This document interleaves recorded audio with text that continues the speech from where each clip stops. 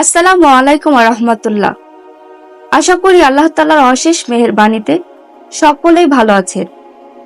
আল্লাহকে, আল্লাহর পরিচয় কি, এই বিষয়ে মহান আল্লাহ তাআলা নিজেই পবিত্র কোরআনে বলেছেন, আসলে তোমাদের রব সেই আল্লাহই, যিনি আসমান ও জমিন সৃষ্টি করেছেন 6 দিনে, তারপর শাসন কর্তৃত্বের আসনে অধিষ্ঠিত হয়েছেন এবং বিশ্ব জগতের ব্যবস্থাপনা পরিচালনা করেছেন।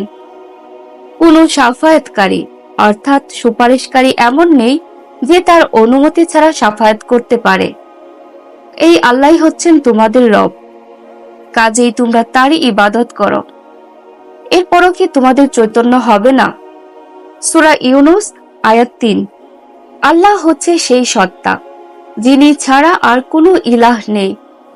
তিনি চিরঞ্জীব ও শাশ্বত সুপ্রতিষ্ঠিত সত্তা। তন্দ্রা ও নিদ্রা তাকে স্পর্শ করে না। আকাশমণ্ডলী ও পৃথিবীতে যা কিছু রয়েছে তা সবই তার। কে আছে এমন যে তার দরবারে তার অনুমতি ব্যতীত সুপারিশ করতে পারে? তার বান্দাদের সামনে এবং পেছনে যা আছে তা সবই তার জানা।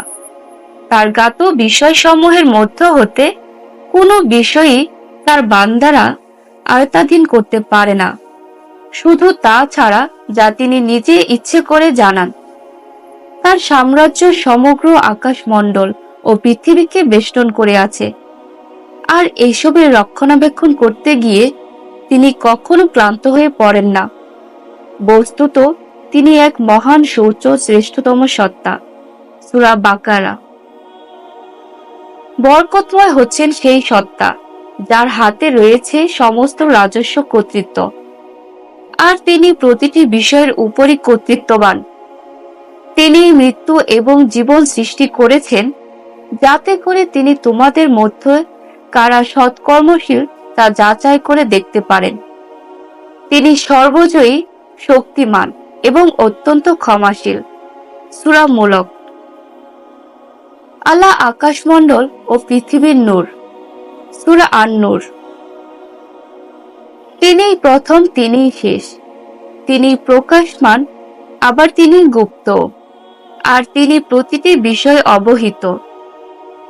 সূরা আল হাদিদ।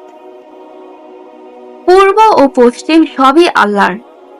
তুমি যেদিকেই মুখ ফিরাবে সেদিকেই রয়েছে আল্লাহর চেহারা। নিশ্চয়ই আল্লাহ বিশালতার অধিকারী ও সর্বজ্ঞ। সূরা আল বাকারা। আকাশমণ্ডলী ও পৃথিবীতে যা কিছু রয়েছে তা সবই আল্লাহর, আর আল্লাহ সবকিছুকে বেষ্টন করে রেখেছেন। সূরা আন-নিসা। তিনিই আল্লাহ, তিনি ছাড়া আর কোনো মাবুদ নেই। গোপন ও প্রকাশ্যে সবকিছুই তিনি জানেন। তিনি রহমান ও রাহিম। তিনি আল্লাহ, যিনি ছাড়া আর কোনো মাবুদ নেই। তিনি সব ভুল ত্রুটির ঊর্ধ্বে থাকা সার্বভৌমত্বের অধিকারী, অর্থাৎ বাদশাহ। পুরোপুরি শান্তি নিরাপত্তা দাতার সংরক্ষক, সর্বজয়ী, নিজের নির্দেশ বিধান শক্তি প্রয়োগে কার্যকরকারী এবং স্বয়ং বরত্ব গ্রহণকারী। লোকেরা তার সাথে আর যে সমস্ত সত্তাকে অংশীদার করে তিনি তা থেকে মুক্ত ও পবিত্র। তিনি আল্লাহই, যিনি সৃষ্টি পরিকল্পনাকারী ও এর বাস্তব রূপদানকারী এবং সে অনুযায়ী আকার আকৃতি রচনাকারী। তার জন্যই উত্তম নামসমূহ। আকাশমণ্ডলী ও পৃথিবীর সবকিছুই তার প্রশংসা করে, আর তিনি মহাপরাক্রান্ত ও অতীব প্রজ্ঞাময়। সূরা আল হাসর। তার অসংখ্য নির্দেশনের মধ্যে এও রয়েছে যে আকাশ এবং পৃথিবী তারই হুকুমে সুপ্রতিষ্ঠিত হয়েছে। পরে যখনই তিনি তোমাদেরকে মাটি হতে আহ্বান করবেন, তখন শুধুমাত্র একটি আহ্বানে তোমরা বের হয়ে আসবে। আকাশমণ্ডলী ও পৃথিবীতে যা কিছু আছে তা সবই তার বান্দা। সবকিছুই তার নির্দেশের অধীন। তিনি সৃষ্টির সূচনা করেন, আবার তিনি এর পুনরাবৃত্তি করবেন। আর এটা করা তার পক্ষে সহজতর। আকাশ মণ্ডলী ও পৃথিবীতে তার জন্যই রয়েছে সর্বোত্তম গুণাবলী। তিনি মহাপরাক্রমশালী ও সুবিজ্ঞ। সূরা আর-রুম। মহান আল্লাহ তাআলা তার প্রজ্ঞাময় কিতাবে নিজের সম্পর্কে আরো বিবৃত করেছেন অনেকভাবে। আল্লাহর বর্ণনা করা এই গুণগুলো তার বিরাটত্ব ও মহানত্বেরই দিক নির্দেশনা দেয়।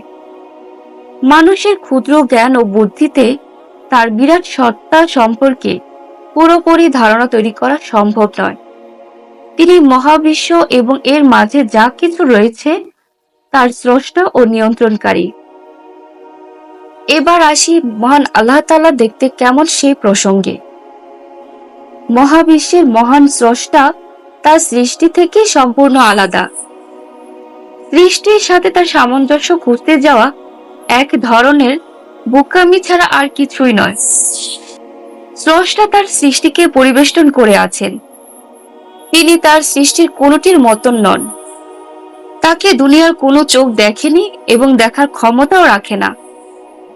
এই জন্য মুসা আলাইহিস সালাম দেখতে চেয়েও পারেননি। মিরাজে গিয়ে মুহাম্মদ সাল্লাল্লাহু আলাইহি সাল্লাম তাকে দেখতে পাননি।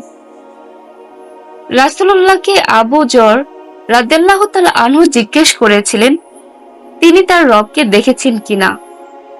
রাসূলুল্লাহ সাল্লাল্লাহু আলাইহি সাল্লাম জবাবে বলেছেন, আমি কিভাবে তাকে দেখতে পারি? আমি তো একটি নূর দেখেছি। মূলত কোনো দৃষ্টি তাকে আয়ত্ত করতে পারে না। তিনি বরং সব দৃষ্টিগুলোকে আয়ত্তাধীন করে রাখেন। বস্তুত তিনি অত্যন্ত সূক্ষ্মদর্শী ও সব বিষয় ওয়াকিবহাল। সূরা আনাম। তিনি আমাদের সব ধারণা কল্পনার অনেক ঊর্ধ্বে।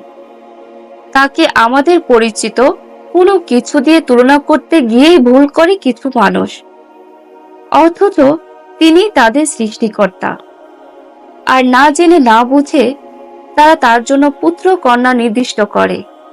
তিনি তার সম্পর্কে এরা যা বর্ণনা করে তা থেকে পবিত্র আনাম সূরাতে বলেছেন, আল্লাহ কাউকে তার সন্তান বানাননি আর দ্বিতীয় কোনো খোদাও তার সাথে শরিক নেই।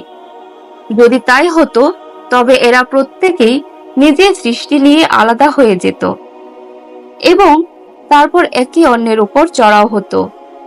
মহান আল্লাহ পবিত্র এসব কথা থেকে যা এই লোকেরা তার সম্পর্কে বলে। সূরা মুমিনুন। তোমার রব যিনি ইজ্জত সম্মানের মালিক, পবিত্র সে সব বর্ণনা থেকে যা এরা তার সম্পর্কে করে থাকে। সূরা আস-সাফাত। তিনি মানুষের পরিচিত কোনো কিছুর মতো নন। তার সত্তা তার সমস্ত সৃষ্টি থেকে আলাদা। আমরা তার সত্তা সম্পর্কে কোনো ধারণা করতে পারি না।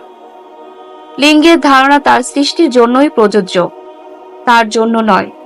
আর তিনি এই লিঙ্গভেদ সৃষ্টি করেছেন তার সৃষ্টির মাঝে নিজের অসীম প্রজ্ঞা বলে। এজন্য তিনি তার রাসূল সাল্লাল্লাহু আলাইহি সাল্লামকে বলতে নির্দেশ দিচ্ছেন এই কথা বলার জন্য যে তোমাদের মাঝে যে ব্যাপারে মতভেদের সৃষ্টি হয় তার ফয়সালা করা আল্লাহরই কাজ। সে আল্লাহই আমার রব, আমি তার উপরই ভরসা করেছি এবং তার দিকে মনোনিবেশ করেছি। তিনি আকাশ মণ্ডল ও জমিন সৃষ্টিকারী। তিনি তোমাদের নিজস্ব প্রজাতির মধ্য থেকে তোমাদের জন্য স্ত্রী পুরুষ বানিয়েছেন এবং জন্তু জানোয়ারের মাঝেও তাদের নিজস্ব প্রজাতির জুড়ি বানিয়ে দিয়েছেন। আর এভাবেই তিনি তোমাদের বংশবৃদ্ধি ও বিস্তার ঘটান। বিশ্বলোকের কোনো কিছুই তার সাযুজ্য নেই, আর তিনি সবকিছু শোনেন এবং দেখেন। সূরা আশ-শূরা।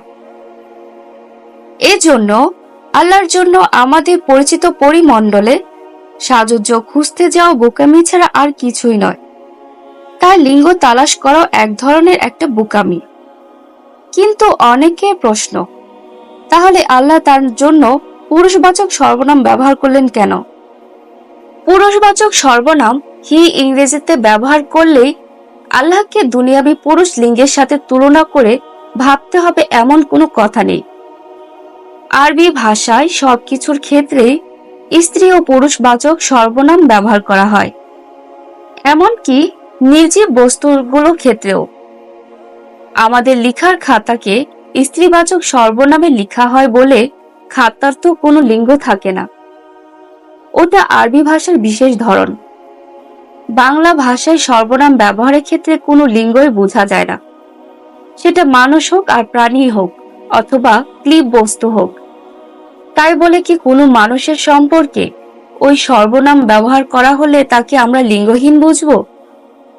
ইংরেজি ভাষায় মানুষের ক্ষেত্রে লিঙ্গবাচক সর্বনাম ব্যবহার করা হয়, কিন্তু প্রাণী বা বস্তুর ক্ষেত্রে তা করা হয় না।